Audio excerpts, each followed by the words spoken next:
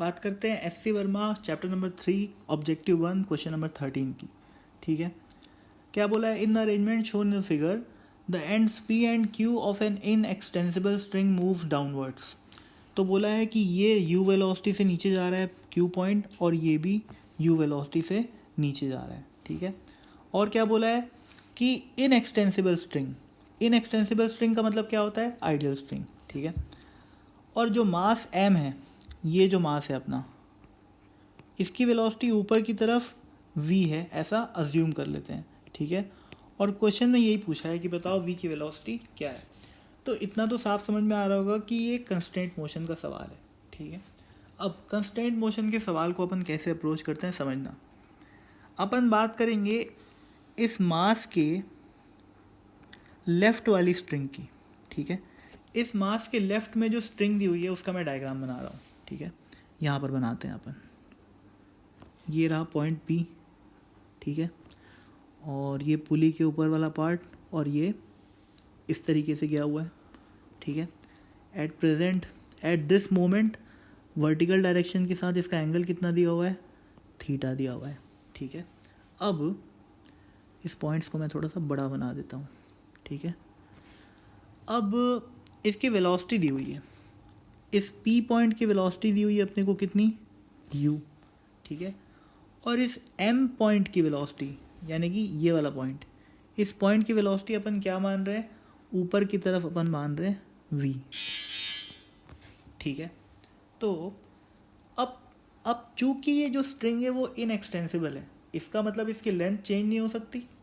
ठीक है, लेंथ अगर नहीं चेंज होना है तो क्या चाहिए कि जिस स्पीड से ये वाला पॉइंट इस स्ट्रिंग की लेंथ को बढ़ाने की कोशिश कर रहा है, उसी स्पीड से ये वाला पॉइंट इस स्ट्रिंग की लेंथ को कम करने की कोशिश करें।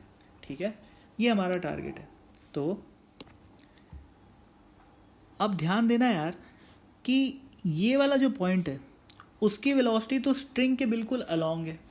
ठीक है, ये रही अपनी स्ट्रिंग, और वेलोसिटी भी नीचे की तरफ है। ठीक है, तो साफ साफ दिख रहा होगा कि ये वाला पॉइंट इस स्ट्रिंग की लेंथ को u स्पीड से बढ़ाने की कोशिश कर रहा है। पर अगर मैं ये वाले पॉइंट की बात करूँ तो ये वाला जो पॉइंट है वो स्ट्रिंग के लेंथ के अलोंग मूव नहीं कर रहा है, बल्कि कुछ उसके डायरेक्शन में मूव कर रहा है। तो इस वेलोसिटी v का स्ट्रिंग के अलोंग वाला कंपोनेंट क्या होगा? मैं बनाता हूँ। ये जो है इस वेलोसिटी v का स्ट्रिंग के अलोंग कंपोनेंट आएगा v cos थीटा। तो स्ट्रिंग की लेंथ को कम करने का काम जो है वो v नहीं कर रहा है, बल्कि v cos थीटा कर रहा है। ठीक है, और अपन बोले कि स्ट्रिंग की लेंथ को कांस्टेंट रखना है, तो वो स्पीड जो लेंथ को बढ़ाने की कोशिश कर रही है, यानी कि u किसके बराबर होनी चाहिए? उस स्पीड के जो कि लेंथ को कम करने की कोशिश कर रही है। यानी कि अपन बोलेंगे u should be equal to v cos theta. तो इससे हमारा v क्या आ गया? u sec theta. ठीक है, तो आंसर क्या आ गया अपना? u बाय cos थीटा या फिर u cos थीटा। यहाँ पर u बाय cos थीटा के फॉर्म में दिया हुआ है, तो आंसर क्या हो गया अपना? b। तो मैं एक बार फिर से समराइज़ कर देता हूँ।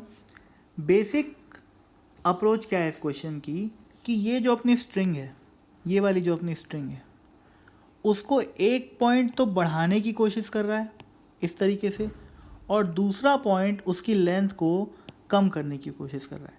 ठीक है, तो हमारा टारगेट बस इतना ही है कि चूंकि लेंथ जो है इनएक्सटेंसिबल है, तो जिस स्पीड से लेंथ बढ़ाने की कोशिश की जा रही है, उसी स्पीड से लेंथ को कम करने की कोशिश की जानी चाहिए।